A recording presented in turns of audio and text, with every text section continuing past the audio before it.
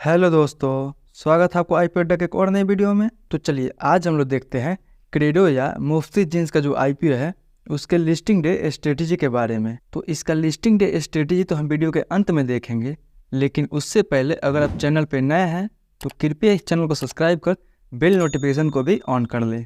तो चलिए सीधा हम अपने टॉपिक पे आते हैं और सबसे पहले देखते हैं इसके अलॉटमेंट एंड लिस्टिंग डेट के बारे में। तो देखिए इसका जो अलॉटमेंट है वो लिंक्डइन टाइम के वेबसाइट पे पहले ही आ चुका है। आई होप कि आप सबने अपना अलॉटमेंट चेक कर लिया होंगे। अगर अभी तक आप लोग अपना अलॉटमेंट चेक नहीं किए हैं तो मैं डिस्क्रिप्शन में लिंक दे दूंगा, आप लोग अपना अलॉटमेंट वहां से चेक कर सकते हैं। और कौन कौन इस आईपीओ में अप्लाई किया था और किसको किसको इसका अलॉटमेंट मिला हुआ है वो मुझे कमेंट करके ज़रूर बताएं। तो वहीं अब अगर हम इसके लिस्टिंग डेट की बात करते हैं तो इसका जो लिस्टिंग डेट है वो 27 दिसंबर को यानी परसों ये मार्केट में लिस्ट होते हुए नजर आएगी। देखा जाए तो 27 दिसंबर को तीन आईपीओ मार्केट में लिस्ट होने जा रही है। वहीं अब हम कुछ सब्सक्रिप्शन स्टेटस एंड कोटा के बारे में देखते हैं। तो रिटेल को इसमें 35% का कोटा दिया गया था, क्यूआईबी को इसमें 50% का कोटा दिया गया था और एनआईआई को इसमें 15% का कोटा दिया गया था। अगर उस हिसाब से देखा जाए तो क्यूआईबी के द्वारा जबरदस्त 105 गुना के आसपास सब्सक्राइब किया गया था, एनआईआई के द्वारा भी लगभग 56 गुना के आसपास सब्सक्राइब किया गया था और रिटेल के द्वारा भी अच्छा खासा 20 गुना के आसपास सब्सक्राइब किया गया था। एम्प्लॉय के लिए कंपनी ने कोई डिस्काउंट नहीं रखा था, तो एम्प्लॉय ने भी रिटेल और एनआईआई में अप्लाई किए होंगे। अगर इस हिसाब से इस आईपीओ का टोटल सब्सक्रिप्शन देखा जाए तो लगभग 52 गुना के आसपास इसको टोटल सब्सक्राइब किया गया है। वहीं अगर एप्लीकेशन वाइज देखते हैं तो लगभग इसको 18 गुना के आसपास सब्सक्राइब किया गया है, यानी देखा जाए तो 18 लोगों में से किन्हीं एक को यह आईपीओ मिला होगा। वहीं अगर 100 लोगों में बात की जाए तो 100 लोगों में किन्हीं 5 या 6 को इसका आईपीओ मिला होगा। यानी इस तरीका से देखा जाए तो इसका जो अलॉटमेंट चांस है वो लगभग 6% का अलॉटमेंट चांस निकल के आ रहा है। तो ये तो हो गई इसकी अलॉटमेंट चांस। तो चलिए अब हम लोग इसका लेटेस्ट जीएमपी के बारे में देख लेते हैं, लेकिन उससे पहले एक बार अगर हम इसके प्राइस बैंड पर नजर डालते हैं तो इसका जो प्राइस बैंड रखा गया था 266 रुपये से लेकर 280 रुपये के बीच में इसका प्राइस बैंड रखा गया था। अगर इस हिसाब से इसका जो टोटल जीएमपी देखते हैं तो इसका जो मार्केट में जीएमपी चल रहा है 35 से लेकर 40% तक का जीएमपी चल रहा है। अगर 40% के हिसाब से भी देखते हैं तो पर शेयर पे हमें 112 रुपये का प्रॉफिट बता रहा है, 53 शेयर का लॉट है। उस हिसाब से देखा जाए तो लगभग हमें 6000 के आसपास प्रॉफिट बता रहा है पर लॉट पे। अगर इस हिसाब से हम इसका अगर अंदाजन लिस्टिंग प्राइस देखते हैं तो इसका जो अंदाजन लिस्टिंग प्राइस निकल कर रहा है 380 रुपये से लेकर 395 रुपये के बीच में ये कहीं भी लिस्ट हो सकता है लिस्टिंग डे के दिन। तो ये तो हो गई इसकी जीएमपी के बारे में।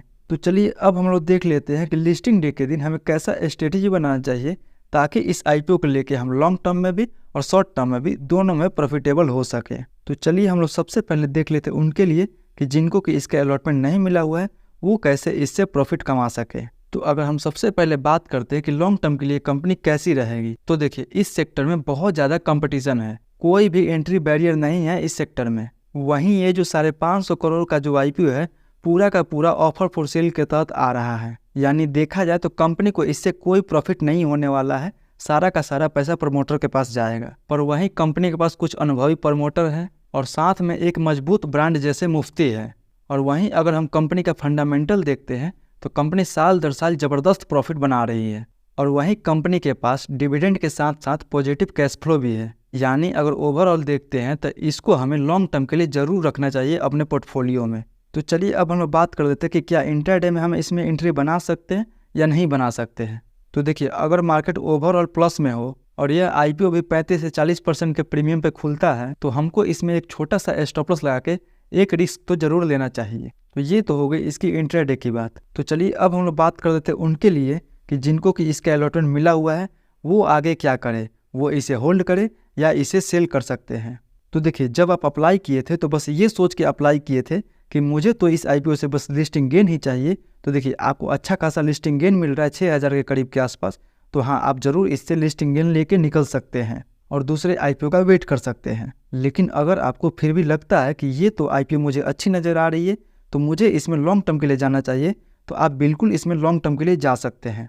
उसके लिए आप क्या कर सकते हैं कि आप पार्शियल प्रॉफिट बुक कर सकते हैं, यानी आपका जो भी शेयर है उसका हाफ शेयर आप सेल कर सकते हैं और हाफ शेयर को आप लॉन्ग टर्म के लिए इन्वेस्ट करके छोड़ सकते हैं।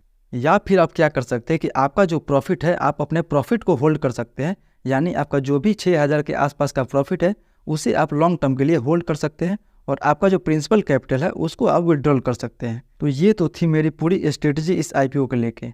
आपकी क्या स्ट्रेटजी है इस आईपीओ को लेके वो मुझे कमेंट बॉक्स में ज़रूर बताएं। आई होप आपको ये वीडियो पसंद आई होगी। अगर वीडियो पसंद आई होगी तो वीडियो को लाइक कीजिए, अपने दोस्तों के साथ शेयर कीजिए और जो भी आपका सवाल है वो हमसे कमेंट बॉक्स में ज़रूर पूछिए। मिलते हैं अगले वीडियो में, तब तक के लिए धन्यवाद।